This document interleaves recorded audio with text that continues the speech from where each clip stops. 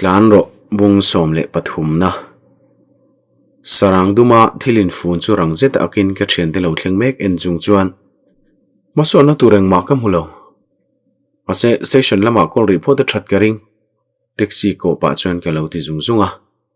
avoi khatna tan sual la ka thupangai ta mai hian min ti chi ai ve dewani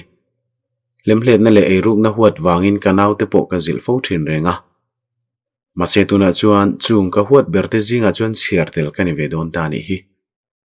felanu puima roi hne na tangin enge mo hriat bel turom tak hlawin arang lamin biak po tumila thaume taxi chabi chu kan naw pakhat hne na pein station a kanin modonia felanu puipo keman kalo be mayang katia kathil ala hiril ruina shekura omanuam thei haulo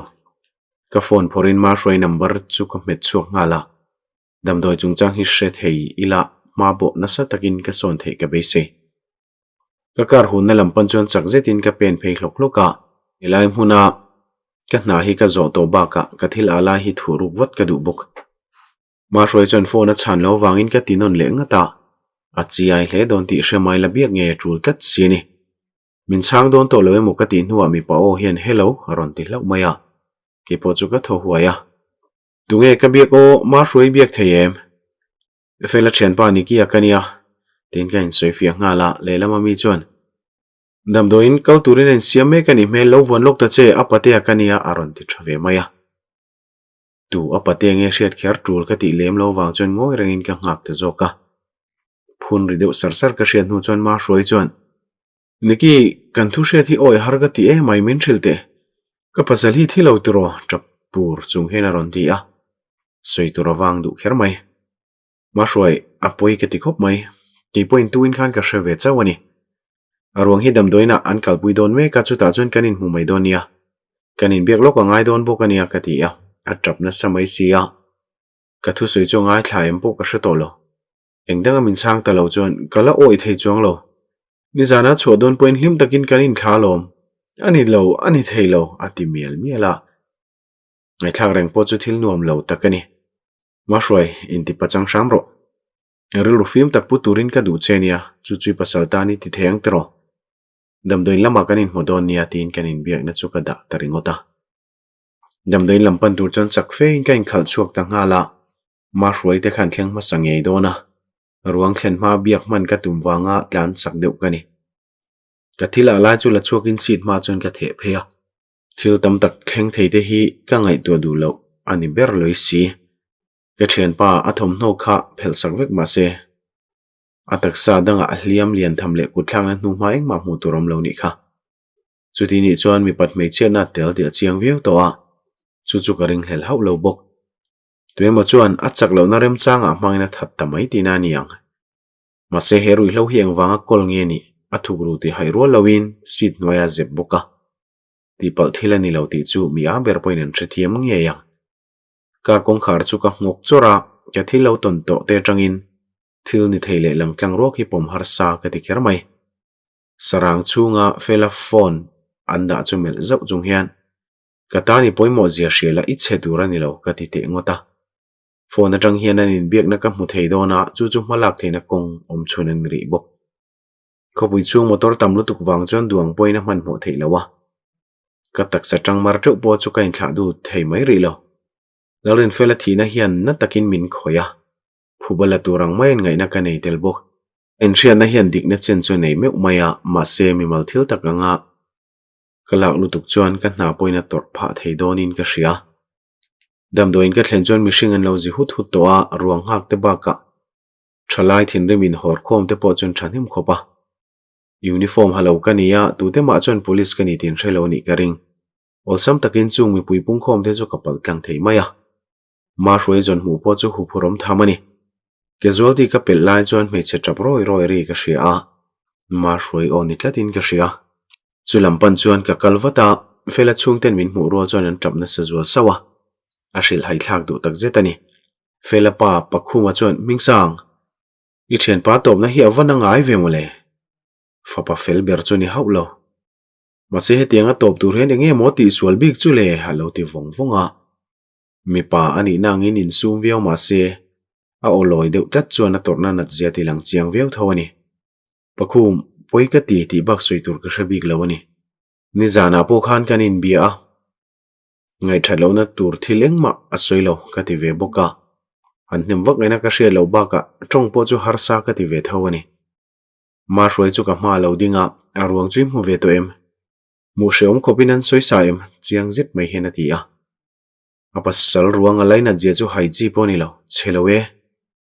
angonga le a oma vina nu om ti lo chu hliam dang ani lo ka lo ti vata ase ka chana chu hriom poin om le to chuang lo ufel apoi emai ke zong ka tur zo donin ka hrelo ni tina trap zui le a pakhunga chen min kai sanga mingsang ichian pa ta tui zong chuak ang che sumi momoni point ka nei zong ka peang hatia akhur dot dota thinrim na le thinlung ke somna tang lo chuak ani pakhum min ring ro a hun tur chu soi theilo mai la ka zong chuak nge yang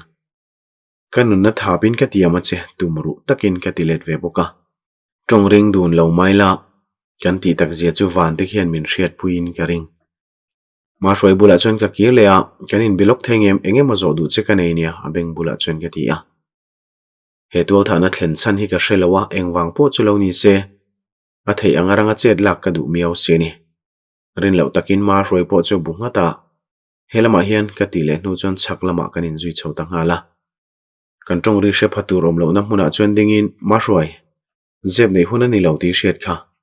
i hriat angang min hrila ka dunia tin bul ka tana kabula ding zon min mel kiawa amit senram le builak to chu hmu nuam lo khermai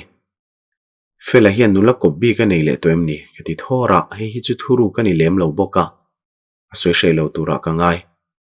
nei om ka shelo wani ne na in kopnu khana phone bo ka en sak fowa rin hlel tur ka mungai lo wati thave maya wani ati hian veng tle rol harwang ve tak mai nia alano pan ang ain chanchin moi lo soi turanga fu mai bok ma roi hian amana khaminu khana in thla zui ve ta ni mai mel ka zo le tur chu ka she in ma roi hret ve lo thilani pe chuan arel runat na ka bel sa sak mai te ka hlau dewani ani le zu ti lo ru hlo danga khoi ni shem darang zata tenge lo ho thin ka ti masale zeta motora ka thil chhar kha soilan mai har sa ka ti dewani ru hlo a ai tunla chu zu po in tamlo zanre hun vela hi chona lo thleng to thina zana chon taxi mangdunom chawina chuak thin ma roi chona ti dam le thlapa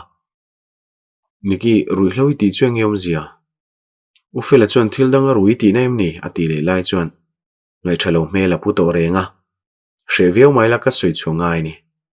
postmortem an ti nuwa chu chu hria tang chu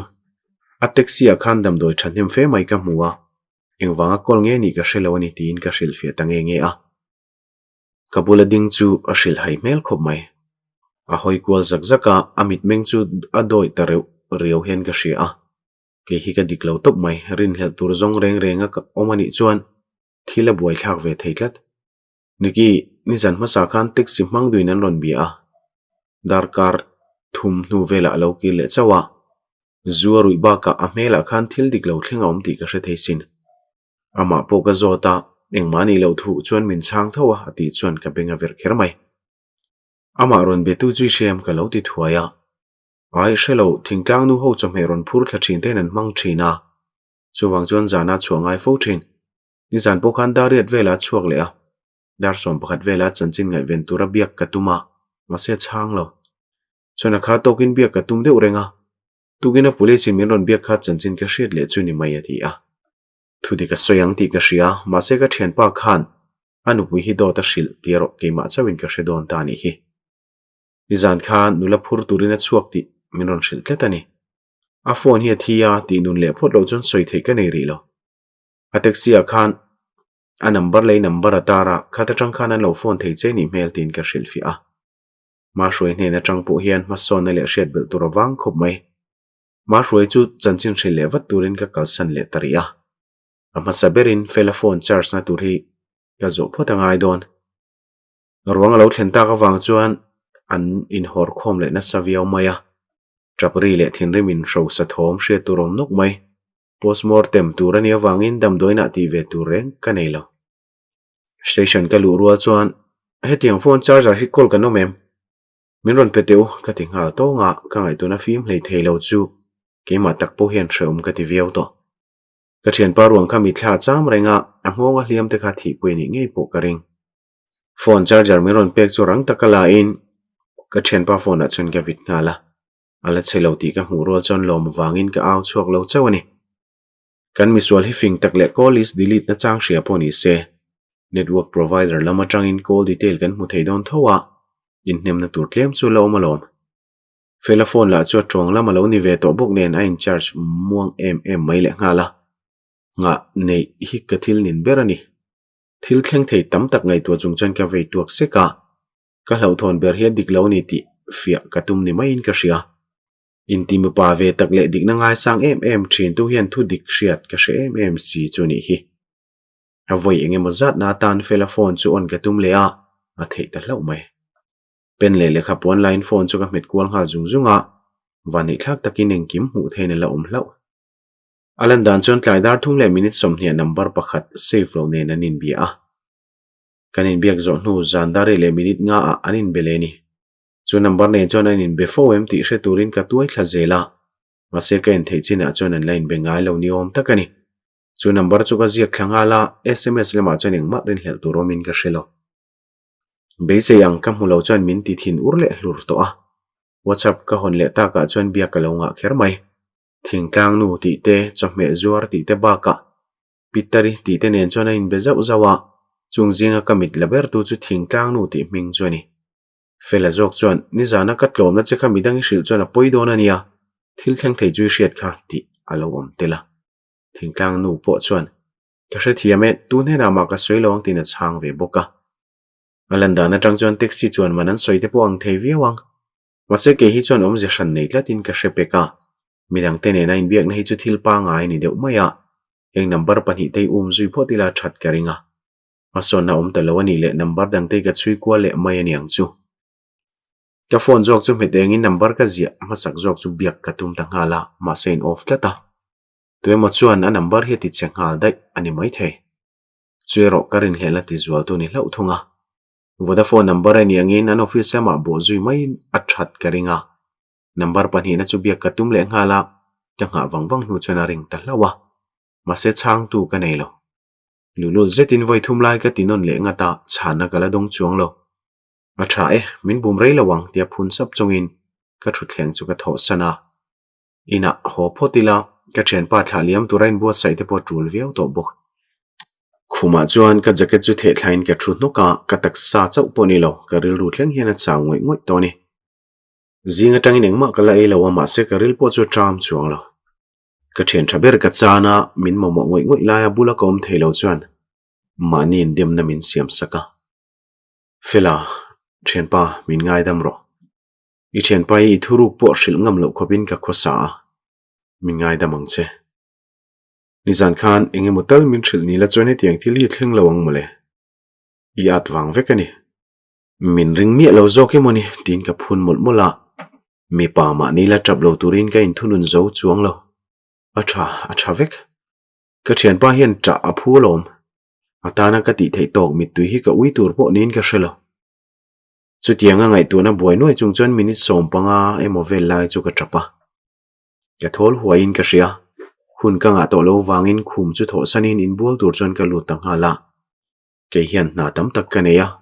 felapa ne na ka thu tiam kha ti hlo tling ngei turin ka in buat sai ngai kain bo zo chu dar thlang ma dingin ka oma ser omru chu ka en renga f ser hi felane na kan che chul wanga ka nei ni nge nge a high school kan ka line chung te phalo chung in sign kan in hlo ve a kan chun chot line balua kan in fia mani kha kan tang na tu lam ngai tu to heklo thlang lama thing zum lor kha ka bo fu ta hlawa tu main ka dam chuan ring lawa ma se voin thleng in kala dam sen lul chu ni hi doctor de thiam zia kha kamak ti berlani fo mai mishing lung hi om veilam hreta omania ka thing zum bo khan ka om veilam ru ti chia chumi siam thatur chon ka lung hi dinglam hnaya an son ta ni mi pa ngai lung om lo na lama ka lung hi om ta dai tinani chu ka phone ri chuan ngai tu na khovela tangin min ti har zo ka kanawani o mami ka ti ngala uniki ka thil hria thi thu dikaniem WhatsApp group atang ka lo hmuwa enge thilom zia thabar ti hria takhen aron dia mi chetan chona rap thak ve boke mani O dike vuina kal turin kain siamek I local veduem katile a. Maso neng ma kan la nei lo ti hril chu ka hre viawani. O ka hrilo diktei ka kalsan nga mangem haron ti ve thunga. Ni don take diktei veng reng turhan ka hril taka lo male. Diktei chu phone kha pete ka lo belokang ka ti chuan kanaw aw lo chu ka hre theya. Fela thla tura run kal ve chu adu ani mel. Diktei chuan hello haron ti ya. Ami je zol oire ulutukhi lainat lo thei poni lo. Dikte maminen khan kan chuo lo ka ngai do na. Naupang ilo ompui thengem I hre chuan soi hre lo lak ka ti a. Ka be sei ai rangin min chang khat mai. Hre lo we ngai tu reng reng su a ti a. Khoi mai kal chuak lawang ti min tiam ta che na ka buaya. Inu le pa te po ka la ngai ven man chi lo min hre thiam don nia ti in. Min ron pan san kha ka soi chuak lui khera.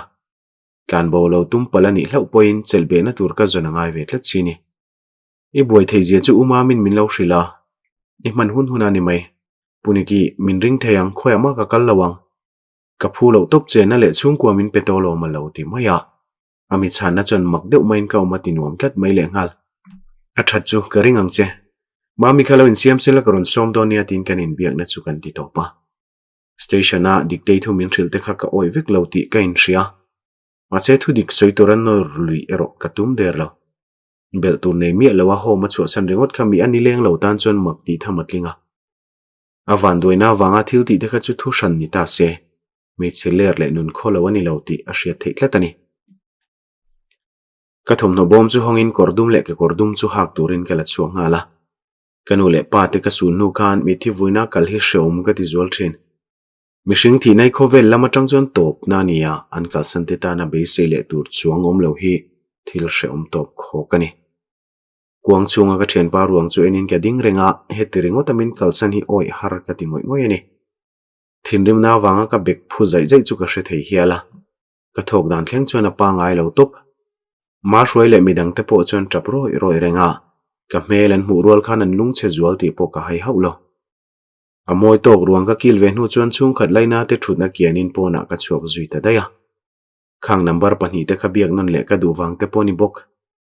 Fela ti dan hian mi a thong in lainat po lo viawa. Ama thaliam tura ron pungkhom te po an thanema kan chikim viau bokin ka hria. Midang te thut tamwak lo na lama chuan kalin ka hoi kual zeta. Rin hlel tur thil mu mai te ka in be se ni. Kanawi ro in chunga ruang kili na thuthunga. Than mol thlenga zui tum kan ni boka man mo na tura omin ka hrelem lo. Min ngai ven hmel le ka tong hre pha anom tak lawa chuan tukina ka biak tum number book ka mit chuak le a. Pakhat jok chu la biak thei lo chewa. Lungoi lo fe in number pakhat chu ka mit le a. Hei po pa nga yang thau khani. A ri char chara ma se chang tu ka nei lo. Thingtlang nu ti book chu ka mit non le a topa chun a ron chang te hrama. Me che ono zit mai hian hello aron ti a. Biak mai dan tur ka hrelo. Tunge o ka then pa ni number hi min pe a ka ti ta ringota. Thingtlang nu le chome zuara ni karin lo sa wanga biak dan tur bo deuh po kani. Ne lama mi chon poi ka ti khop mai. Tunla chu ka chu ngai lawa midang lo be mai ro aron ti ta maya. Engchung chang e soi chiang fak lo ma se ngai dan ka nei thiam ta dewa. Azia lo hle mai ma se nang ma kheri kan du si chia. Min klong mai sak thei sham lo mi. Kan chen pa nu pui nei mai tur thana hun kan mang do na ka ti a. A ai thazok chuan lam siam tu la cho wang phian mai le ngala. Le lama mi ngoi wang lai chuan ka lo tho dep to a.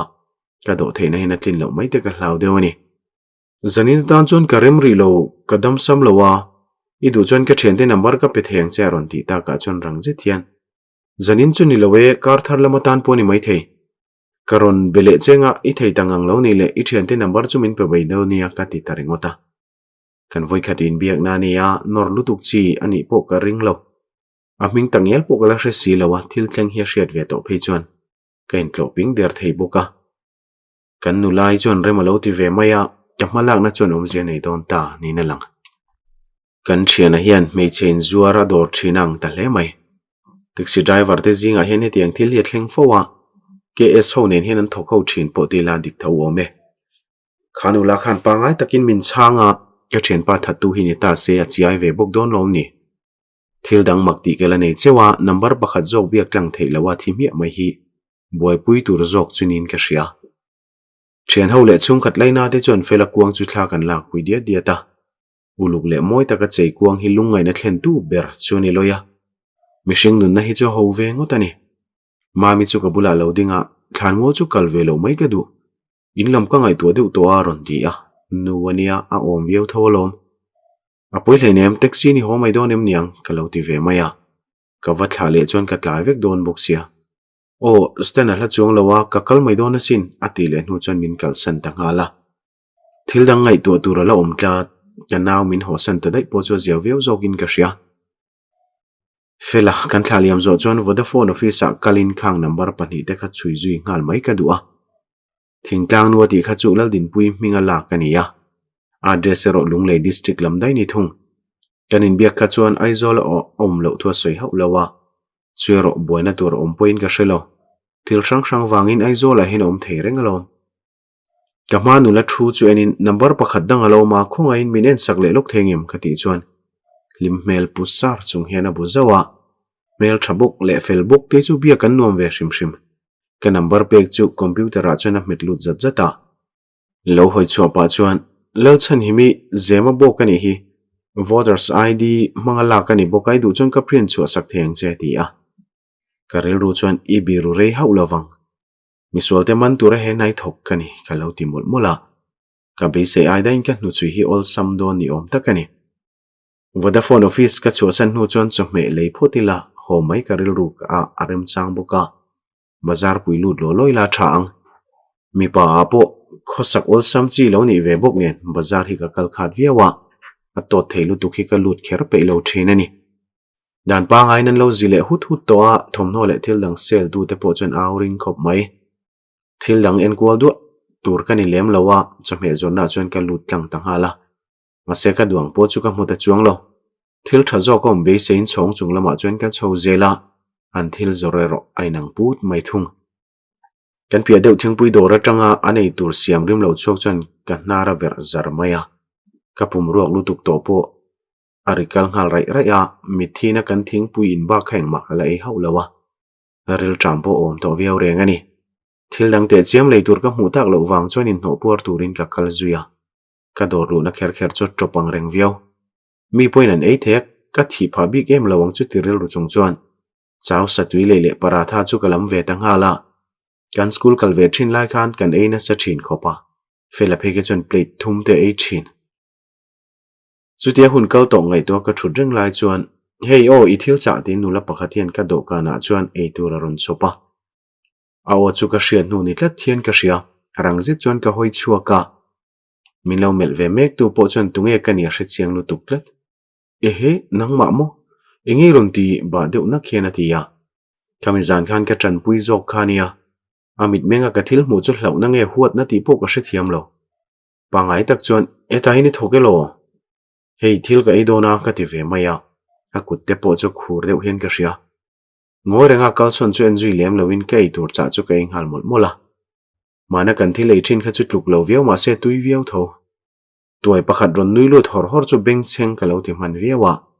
heng ho hi ka mi pa ngai en ve hlei thei der lo albiak lo ngai thate ni zana dikte kan han chei mai chumo mi sual ani top ka tiang khan in chei zia to ro ati chun jom zot zota kan naw chu ni se monga ka pe trok du hialin ka ring lalrin tikila chuan I beng cheng lu tuk ngoi mai te alo ti vata a fiam vel dan chu alom chi alo ni mel tuaila chuan mate voin hi izia dangtat I khwa sigle to man le nu chuani chu mak vengot mai choliron dil kha chuan phalve mai turania a ti zuile a an ti chungai thlak lo thei poni lo kanin hlat lo ba ka an tong ring ve bok ema kathilei man petur chon dor nei tu nu thuna chon ka pheya pon lamain hau thom niom tak chu sharing maila ka ngai ven lem lo poisa ka pek lai chon ei tu em ron chol fo ro o ati a tui khom mai ka ron chol fo tong tin ka chang ve maya bazar chung shim hi ka lu le hun tur po ka shelo zo ka ni choduma kongka ka kan tur che chuni china tuai kha mi ron sunok maya toy ma chuan an nam ka dor ani kelo in ring lo ve box si chu kan thludun thel nge nge a kan tuai pheng mai mai chule zongai zakem ka thenu kha thla wat ro andu lo che ti hria reng kha thin rim je chona ting hal bor bora mi ron nek ti chu hriom boina om lo mấy chiếc ô hiện min kharo ikut mor bo khan min khoi su atiri ka sheve boka lalrin diki bok mo he naw hian buaina siam athiam hle ni om takani bazar hunain hawan ni boka en tu pon than hem khop do nei tu nu ron so ve mek chon eng thil nge thlenga ila hian buaina siam ka phal hleinem haron ti ve ngal boka buaina dangka nga to ba ka an khap dai thei mai ka rin wang chon kalpel mai ka tuma masela rin diki thu soi wang chon ka ding le data min kharo kaban hi nania min du lo derve lo mai te thing pui dora thok mai che zaum takano mai lo tlangwal chon ati du lek chawa atong kam chu ka huat zong takani na sang le ro pui bi kaum lawa midang ta na nuk sak lo e zon na zong zong he zaum em vekani eng po chuni se ka hun toni na zelo bok nen nula le tlangwal in nga zong te buena leon rol vengo chu tul ka ti lo viawa mi pui tam na huna ni boka eng e ma thleng lo tura ngai pho tang ti ril ru chung chuan anin khom na chu hel tumin kain hera clear tu mi pui zinga tang chuan pa pakha thian wala thate khatiang in mei chen tingai lo alo ti a hetiang ni kho hian mi zo ni man hiom thin ngut mai rem na siam tuma ban phar to khinom ve zia vairama chuan mu nom thlirin an thlir liam mai mai dona a hmuna om reng po ni se thu she tu nian du le ngai mi silo midang te po chuan tlangwa chu in sung turin lo ti ve clear ka duanga chak po chuan ka kal thei mai bik lo tlangwa chuan in na thau thok turin kal kiang jok teu kanula ni hi angam chu ron pen chok ta cheu atile khar khara a melen mai poina rui te lang renga kain rol vat lo chuan mi pui thin rim kut ta tur mai donin ka ria anula po ni se mi pui pun khom na hmuna buaina siam chu thil dikani lo ve rim bo in khap thei lo ni chuan police ko mai ta cheu okipa ngai tak chuan ka tia uniform halo kani boka kani na soilan kher ka tumlo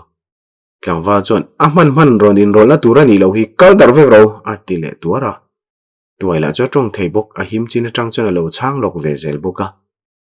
lalrin diki chon huat mel takhena mel rama achel na tang chon tal cho tumina be pareng ti ka hmuwa mase makti deuh mai ka neya lalrin diki mela hlauna le zam mel lang hau lo choni bazar huna tlangwa zuruina timol pho me ka neya chulam chungai poimo om poinom lo ni chin mai hlauna mit meng niom tak po kha bo to a nulen ring tok tak mela ni ka hmu me khi tuai bok chuan dikte asa zo khan chui sakro zak theilo le lutuk atile zot zota tlangwal po chuan aning ta deu niang nangkha ilo tong le ni chuan ka beng tak tak tong se I thianu ka du nei rem changa mangin ka poisa zang ei man ral to ati tamaya dikte chuan a thian pa tu chu zo na nei ti hriat takhena mel wata tuaya po chu meng khup zal maya ke po chu hmuna ka lo nui ringota channgam tak tak si lo na sira tanga lo tong zot chu tuai tia tan chuan a om tok viau tho lo male zanin kan story chu ha dam ta deo ni zan kha boring lu tu ka boring ka tiam zia chu kha tiang sin kha ai ha khak ni chu ti tun kha